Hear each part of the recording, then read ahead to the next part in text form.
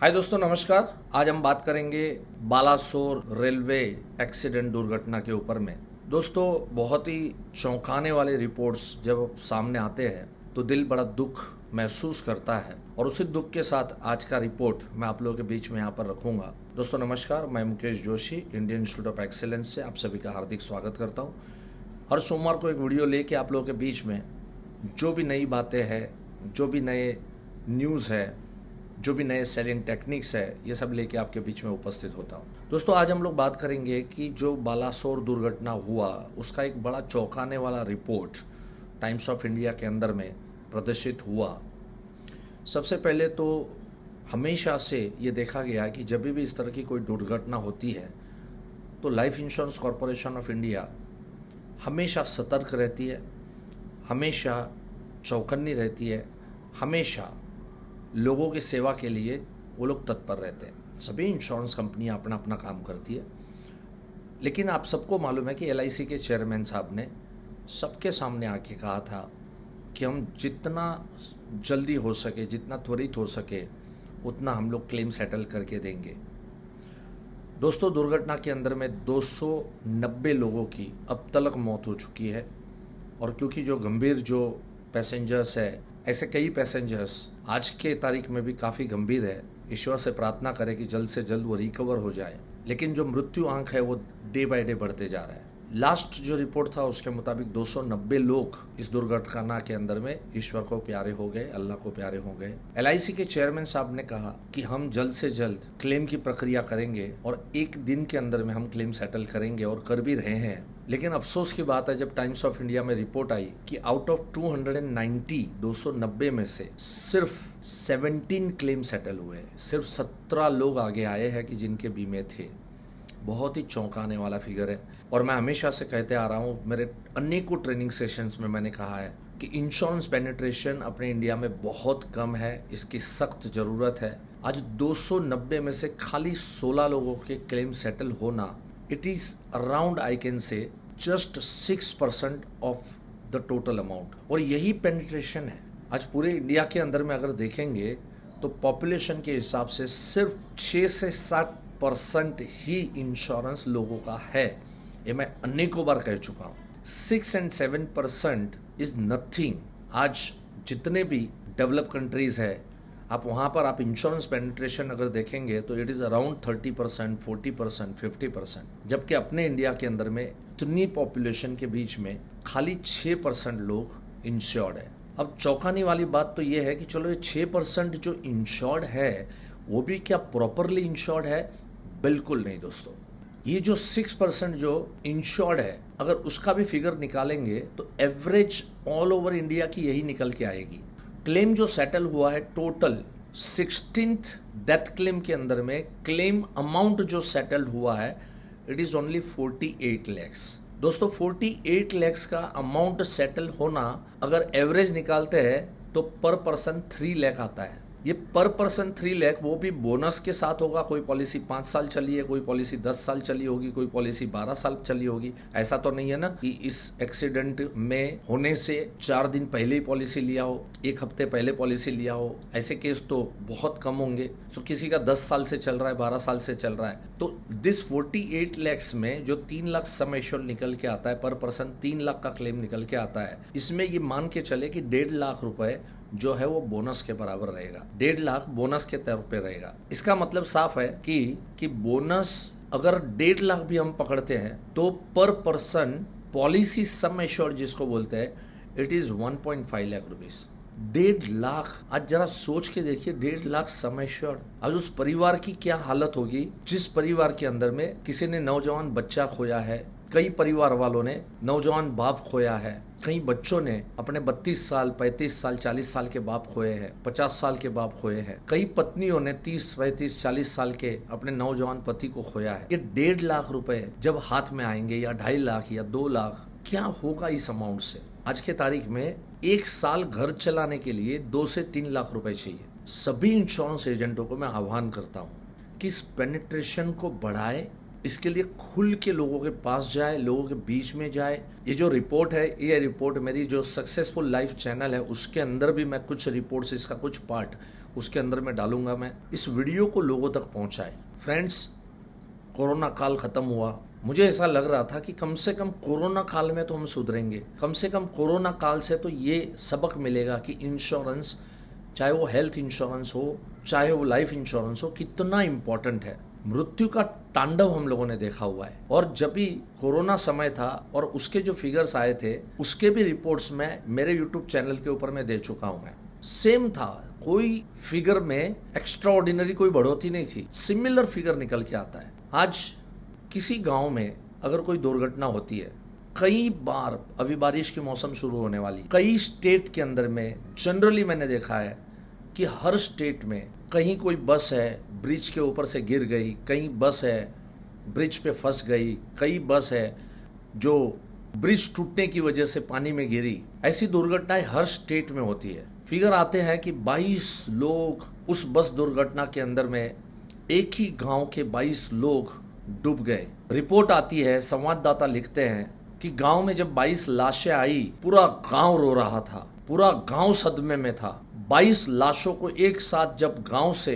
स्मशान की तरफ लेके गया, पूरा गांव उमटा हुआ था। 20,000 लोग उस स्मशान यात्रा के अंदर में जुड़े थे और सभी के सभी सदमे में थे, आंखों में आंसू थे। ये न्यूज आप सबने पढ़ी होगी, ये न्यूज मैंने भी पढ़ी है और हर सीजन में पढ़ते हैं। लेकिन कभी आज तक ये न्यूज नहीं आई कि 22 लोगों को जलाने के बाद, 22 लोगों का क्रियाक्रम करने के बाद, 22 लोगों में से जो भी मुस्लिम थे उनको दफनाने के बाद, ये 20,000 लोग, गांव के लोग वहां से सीधे किसी इंश्योरेंस कंपनी के अंदर में पहुंचे और उन्होंने डिमांड किया कि आज हमने मृत्यु का तांडव देखा है, हमारे गांव में 22 लोगों की लाश एक साथ घर में से निकलते हुए देखी है, हमें इंश्योरेंस पॉलिसी चाहिए और प्रॉपर इंश्योरेंस पॉलिसी चाहिए।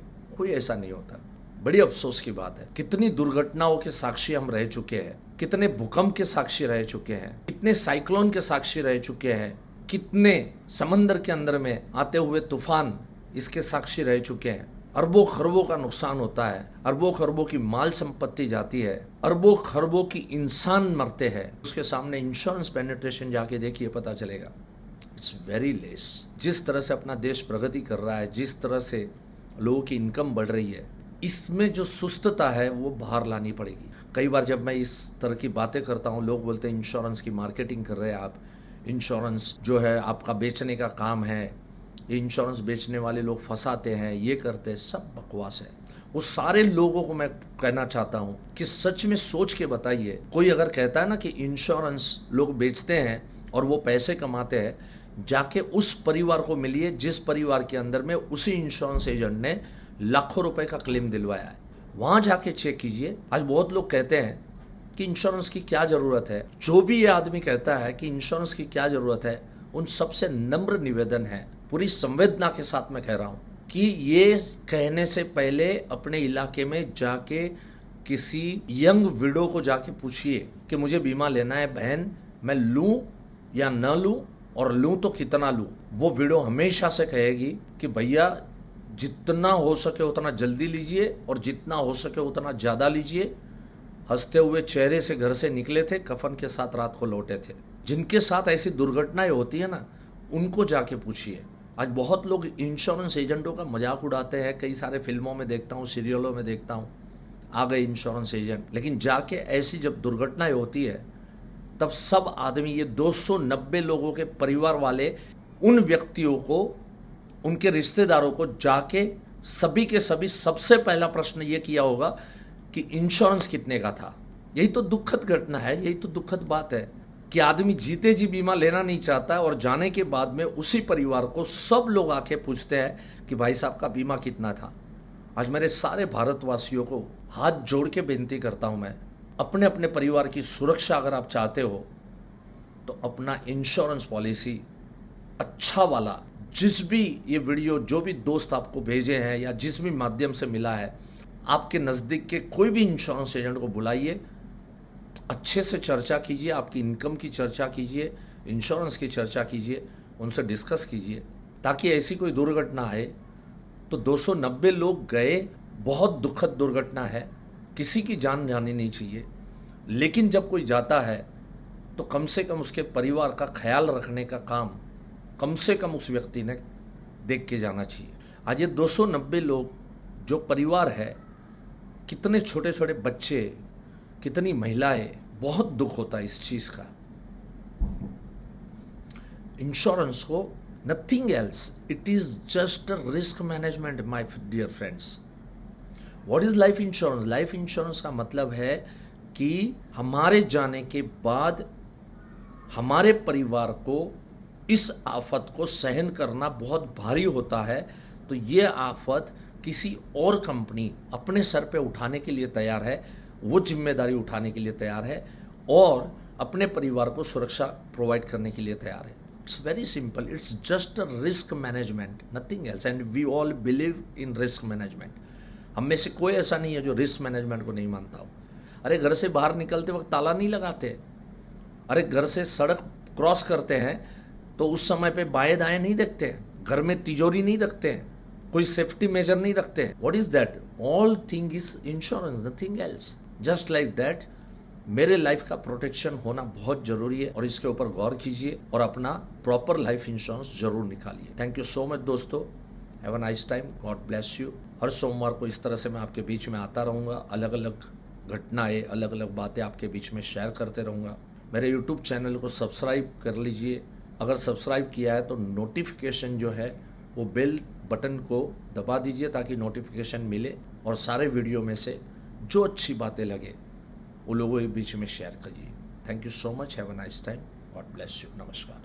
मेरा नाम खुशहाल सिंह राजपुरोहित है। मैं मुकेश जोशी सर के वीडियो देखता हूँ यूट्यूब पर और उनके वीडियो देख देख के मुझे कुछ मेरे बिजनेस LIC के लिए मुझे कुछ प्रोत्साहन मिला और मैं ये वीडियो देख के बहुत अच्छा बिजनेस हुआ मेरा। तो मुझे ऐसा लगा कि इनके वीडियो देखने से अगर कुछ चेंजेस आ रहा है तो क्यों ना मैं IOE का कोर्स ज्वाइन करूं।